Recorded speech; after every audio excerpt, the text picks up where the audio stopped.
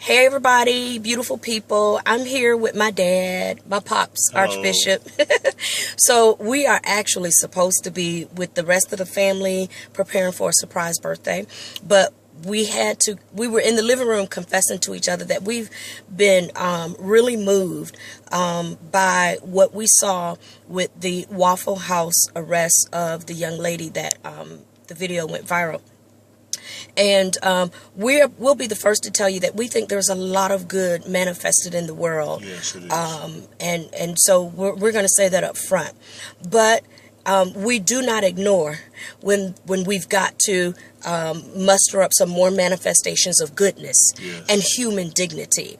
And when you compare the way this lady was arrested and the way her encounter with law enforcers happened versus what happened with the Port Authority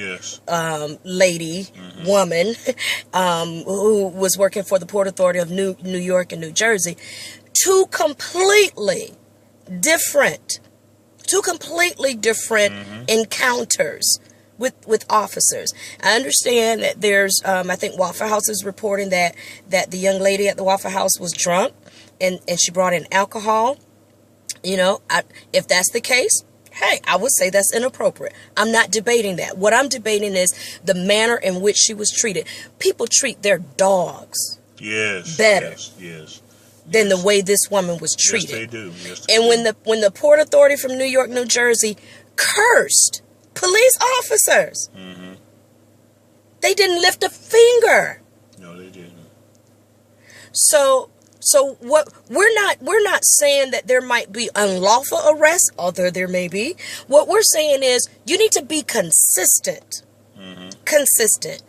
And the way she was treated, people treat their dogs better. You wouldn't treat your daughter like that. I'm quite sure if those police officers was witnessing someone treating their daughter like that, and their daughter was wrestled to the ground, her breast was exposed while someone was filming, they would not like that. They would not appreciate that at all. Which is exactly what was happening with the lady from New York, New Jersey. Her daughter, I think. I might be wrong, so you might have to go back and look at the actual footage. But I think her daughter was the one being arrested. And that was her response. Yes. She berated the police officers. She told them who she was. You know. All over some silverware, plasticware that should have been put in the bag from the beginning. Talking about Waffle House. And when she asked for it, they wanted to charge her 50 cents. Well, that, I eat at Waffle House all the time. Well, I used to. You know what I mean? I love the grits. But, we got to take a stand on something here, Something has to change. And look, I'm not hollering racism, but we all know that people of color are treated different from people of non-color, I mean, it shouldn't be like that. So in other words, when have we seen a white woman arrested, pushed to the ground, breasts hanging out? No. It's just uncalled for. And if that happened, I'm going to be the first to say that's wrong. That's wrong. She should not be treated that way. White, black, indigenous, Latina. It just shouldn't be. So Dad and I were talking about what do we do? Because, we can go on a post and share our opinions, but there has to be action. And so we came up with at least three. My battery's going low. We came up with at least three things. Yes. One is voting in the midterm election. So we were confessing that. I don't know. I'll just tell you, I have not consistently voted in midterm elections. So most of us, we go out every 4 years and vote for a president. But Congress, the Senate, these are folks that have a platform to make laws, adjust laws, amend laws, and hold people accountable, and so forth. Our state legislators and our national legislators. We have to vote in the midterm election, so you got to get out and vote. Dad was talking about making sure, read the newspaper. I'm a big NPR fan, but you have to, we got to get out and vote. Number two, we had three. I hope I remember all three of them. But the other thing that we talked about was the hypocrisy of our evangelical friends. We were born and raised in a very conservative religious experience. and we no longer participate as we used to, but we are very familiar with the narrative, very familiar with the folks, and the way they operate and the way they think, and so we're calling out our evangelical friends. We're posting, Mom. Okay, so we're calling out our evangelical friends.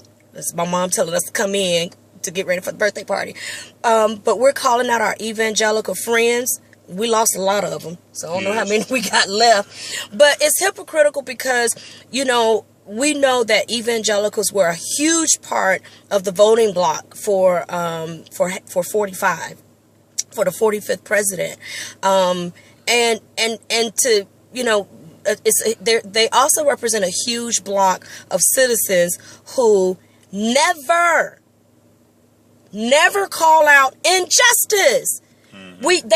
Evangelicals are never at the front line of injustice. Right. Not when it comes to You're injustice. not at the front line. And I said this before. Rest in peace, Billy Graham. He did a lot of good. He invited Dr. King to the one of the what do you call the things? The revivals? Crusades. He invited Dr. King to one of the crusades. But he never marched with him. They're never on the front line. But rest in peace, because he did a lot of great things and he should be celebrated for that. But he left a lot of work for us to do. So we're calling out our evangelical friends. Say good job when law enforcement get it right. But say, those members in your church and otherwise, say we got to do better when they get it wrong. Because good and well, they don't arrest everybody like that. And then the third thing, because I'm losing battery power, the third thing is Dad has been using this phrase, raise your light consciousness, to everybody. I don't care what your religion and so forth.